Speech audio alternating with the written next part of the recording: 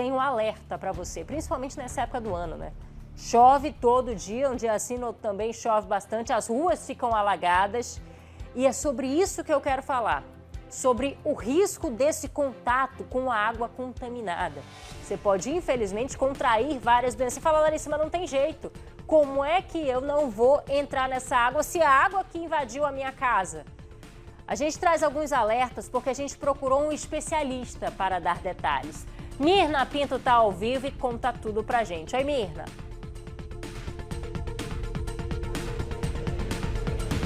Oi, Larissa, muito bom dia novamente para você de casa também. Larissa, a gente chegou no inverno amazônico e aí a gente tem essa problemática de muitas áreas ficarem alagadas devido à forte chuva que costuma cair, que está caindo aqui na capital amazonense, mas também a gente chegou no período de cheia.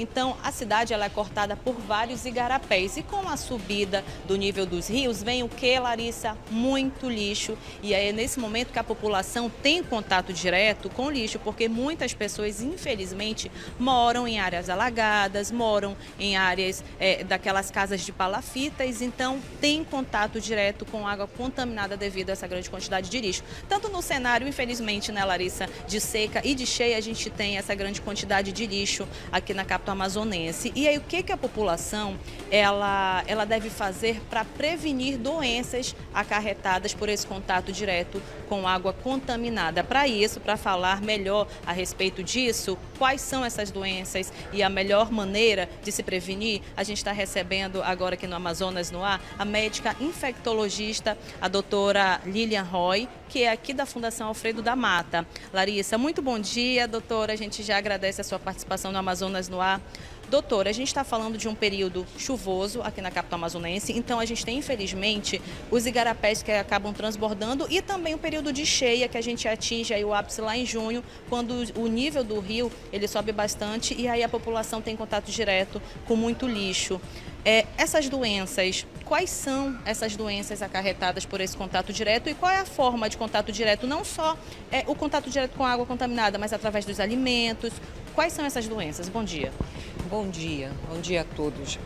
Nesse período se fala muito nas doenças com sintomas mais graves, tipo leptospirose, que dá que é febre, dores abdominais, pode dar a icterícia, que é a pele amarela, e pode-se falar também em hepatite A, que dá sintomas semelhantes. Essas são doenças mais graves, que podem adquirir um caráter mais grave. Mas quando se fala de água, é preciso lembrar que higiene, né, a pior coisa que pode haver é uma má manipulação dos próprios alimentos dentro da casa.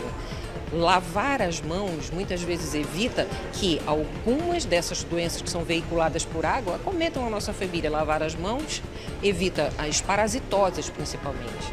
Então, a água que não é bem tratada dentro de casa, ela pode trazer desde parasitoses simples, giardíase, amebíase, a própria ascaridíase, né, que é aquela lombriga, né, que muitas vezes a gente vê nas crianças. A higienização das mãos, dos alimentos, o cuidado, né, da pessoa que prepara os alimentos já é indispensável. E o cuidado com a própria, o consumo da água, né, a filtragem, ferver, isso já vai minimizar bastante os problemas que são mais relacionados à parte domiciliar. Enquanto que nos alagamentos, nas enchentes, realmente muitas vezes é inevitável, porque leptospirose, por exemplo, é veiculada pela urina do rato, que fica ali no meio ao lixo, que se acumula, às vezes por próprio descuido mesmo, né, das pessoas do entorno. O lixo volta para dentro de casa com os alagamentos.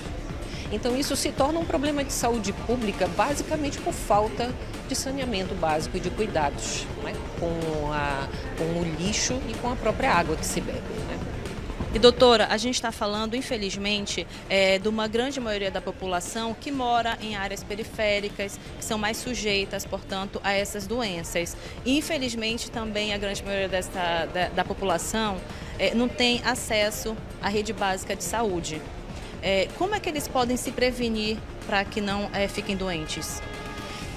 basicamente tentando tomar cuidado com a água de consumo.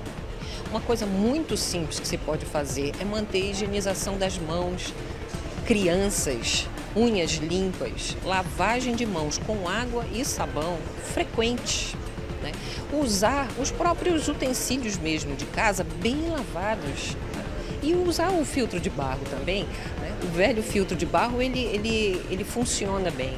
É possível também ferver a água antes? Sim, não fica com um sabor muito bom, mas a gente aprende que se a gente balança um pouco o recipiente, ele torna novamente, minimiza aquele sabor. Mas eu não diria que não existe acesso à rede básica. Eu diria que a gente precisa pensar preventivamente. Então, levar sempre os problemas de saúde a uma unidade básica antes de eles acontecerem, porque na unidade básica existem todas essas orientações, existe o fornecimento do próprio hipoclorito nas diluições adequadas, que são orientadas para que se use, para que a água fique potável. Então, higiene, né, de alimentos, de mãos, lavagem de mãos, cuidados com a casa. Eu sei que muitas pessoas vivem em áreas, né, de risco, mas isso realmente nós não temos como evitar. Mas a prevenção passa pela higienização do seu ambiente, a melhor possível, né?